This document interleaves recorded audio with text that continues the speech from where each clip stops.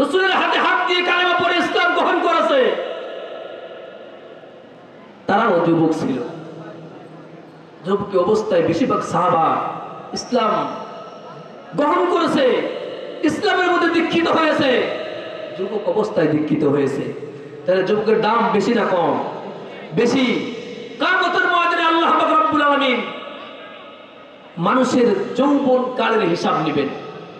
যৌবন কাল তুমি কোন কাজে ব্যয় করেছো, আমার সামনে হিসাব দিয়ে তারপরে যাও।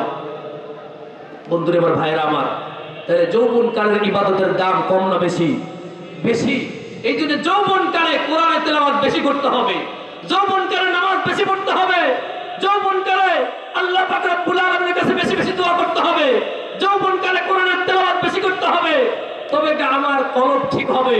আমার যখন কলব ঠিক, আমার অঙ্গ প্রত্যঙ্গ ঠিক, তখন কোরআন পড়তে ভালো লাগবে, নামাজ পড়তে ভালো লাগবে, তাহাজ্জুদ পড়তে ভালো লাগবে, আল্লাহর সাথে সম্পর্ক, কথা বলতে ভালো লাগবে। কথা বলেন, ঠিক বললাম না? ঠিক বললাম।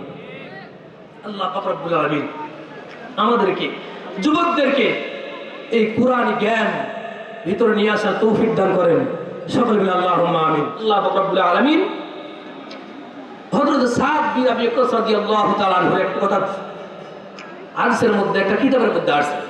যুবক ছিল, ইসলাম গ্রহণ করে নাই, ইসলাম গ্রহণ করে নাই, এখনো বিধর্মী আছে।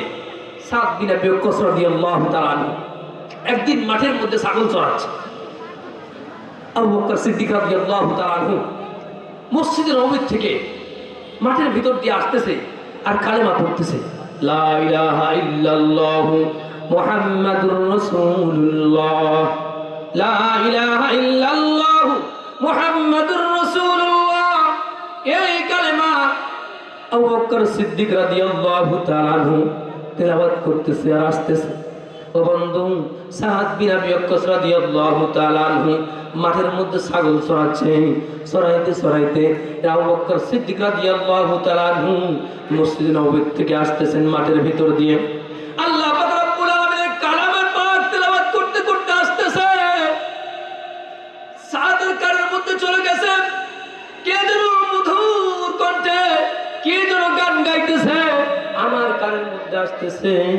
আবু বকর সিদ্দিক রাদিয়াল্লাহু তাআলা আনহু আস্তে আস্তে নিকটে আসে, গভীর মনোযোগ সহকারে সাদ বিন আবি ওয়াক্কাস রাদিয়াল্লাহু তাআলা আনহু কালেমার তালকিন শুনতেছেন, কালেমা শুনতেছেন, কোরআনে কারিমের তেলাওয়াত শুনতেছেন। ও বন্ধু, যত নিকটে আসেন সাদ বিন আবি ওয়াক্কাস রাদিয়াল্লাহু তাআলা আনহু অত গভীর মনোযোগ দিয়ে কোরআনে পাকের তেলাওয়াত শুনতেছেন। সাদ বিন আবি ওয়াক্কাস রাদিয়াল্লাহু তাআলা আনহু দূরে লক্ষ্য করতেছেন, ফলো করতেছেন, কে যেন কোন আল্লাহর বান্দা এরকম ভাবে মাঠের মধ্যে দিয়ে আসতেছে আর কোরআনে কারিমের তেলাওয়াত করতেছে।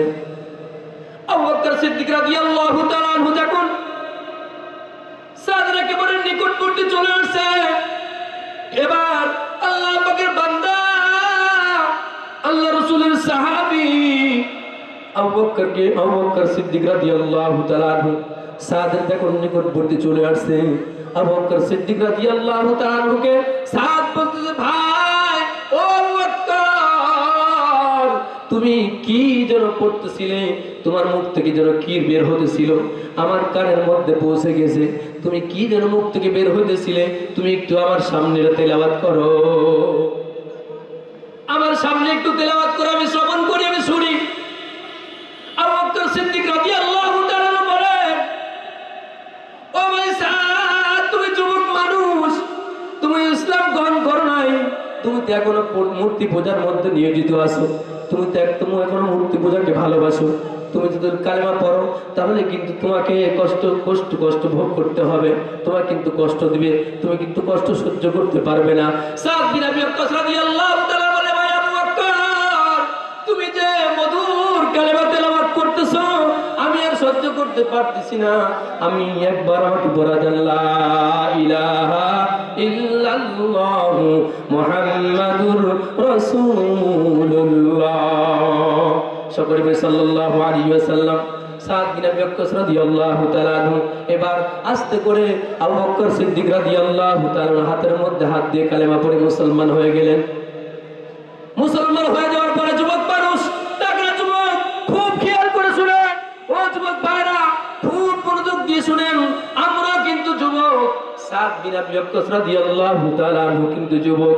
বন্ধু তাকরা যুবক মানুষ যখন কালেমা পড়েছে, ওই কালেমা আস্তে আস্তে করে এরকম তেলাওয়াত শুরু করে দিয়েছে, মনের মধ্যে রেখে পাঠ করেছে, কলবের মধ্যে জায়গা দিয়েছে। ও বন্ধু, ওই কালাম ছেড়ে আর কিচ্ছু ভালো লাগে না, কিচ্ছু ভালো লাগে না।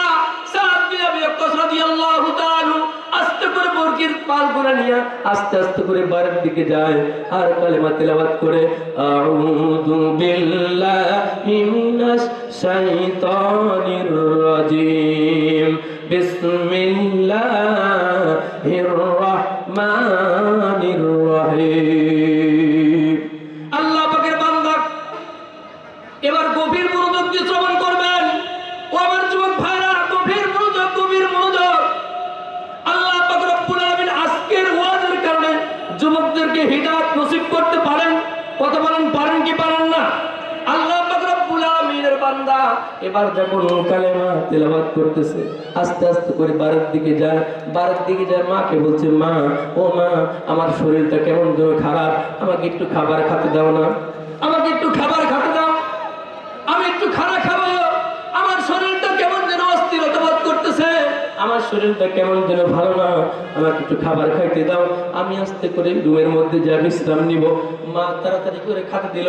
যখন খাবারটা খাওয়ার পরে যেমন খাবার খাচ্ছে, খানা সামনে আসছে, বিসমিল্লাহির রহমানির রহিম। ও যুবক, আমার অবস্থান কোথায় আর সাদের অবস্থান কোথায়? আমার অবস্থান কোথায়? সাদ বিন আবি ওয়াক্কাসের অবস্থানটা কোথায় গেল? তারাও কিন্তু কালেমা পড়েছে, কেবলমাত্র বলবো মুসলিম মুসলমান।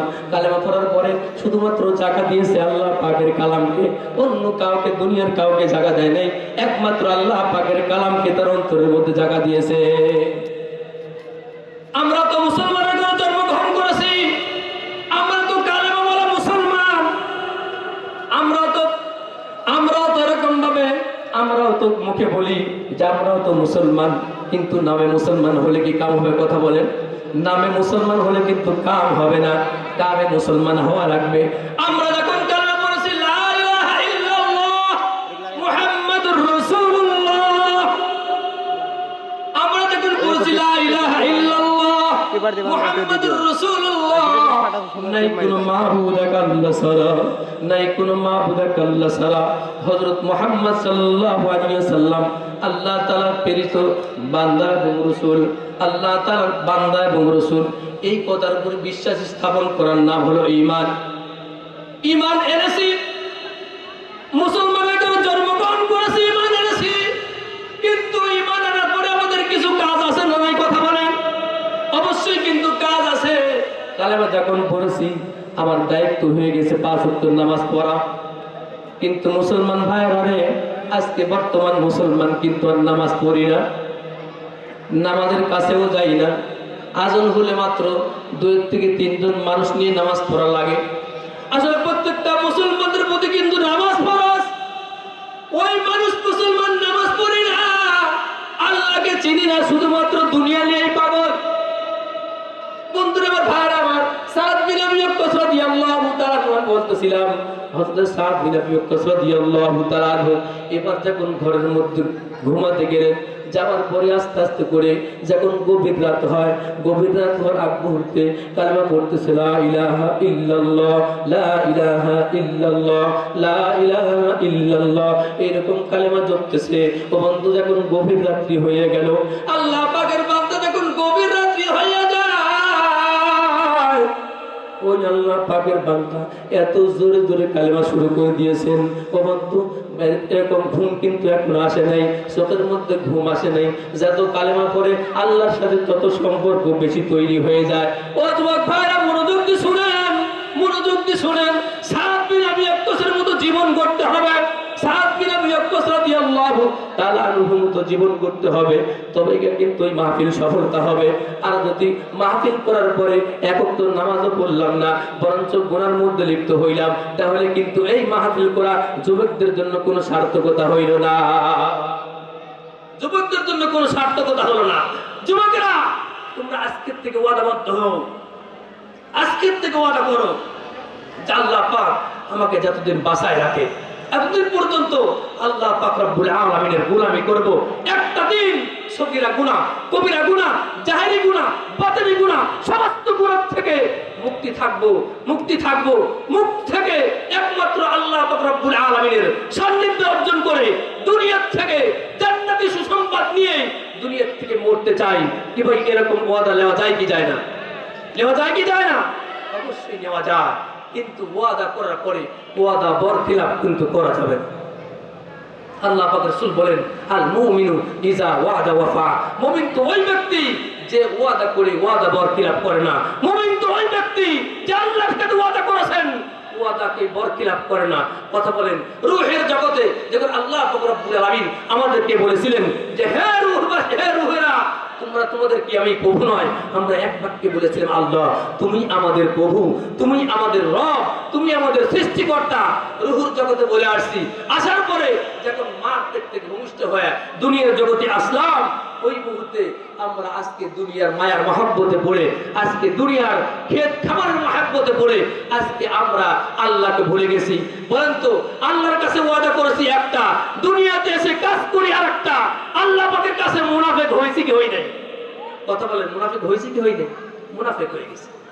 তাহলে আল্লাহর কাছে ওয়াদা করে আসছি, আল্লাহ তোমারই দাসত্ব করব, তোমারই গোলামি করব। একমাত্র তুমি আমাদের রিজিক দাতা, তুমি আমাদের পালন কর্তা, একমাত্র তুমি আমাদের সবকিছু কর্তা। আল্লাহর কাছে ওয়াদা করেছি, কিন্তু দুনিয়ার মায়ার মহব্বতে আসার পরে আমরা সবকিছু আল্লাহকে বলে গেছি। এখন মাত্র দুনিয়ার দাসত্ব। ভাই দোস্ত বুজুর্গ, সংক্ষেপে দেশে সময় নাই, সময় না থেকে আলোচনা করা যায় না, সময় স্বল্প। আর 5 মিনিটের মধ্যে ইনশাআল্লাহ কথাকে শেষ করে দিব। আমি বলতেছিলাম কি, মনে আছে কি ভাই? ওয়াজ কিন্তু মনে রাখা লাগবে, মনে না রাখলে কিন্তু আলোচনা শোনা আর না শোনা সমান কথা। ওই যে দাদার নাতি ওয়াজ শুনতে গেছে না, দাদার নাতি ওয়াজ শুনতে গেছে জোলার ওপারে। হুজুরে বয়ান করতে করতে বলছে, বাবা ফরজ তরক করা কিন্তু কবিরা গুনাহ, তোমরা যেন ফরজ তরক করিও না, কবিরা গুনাহ হবে।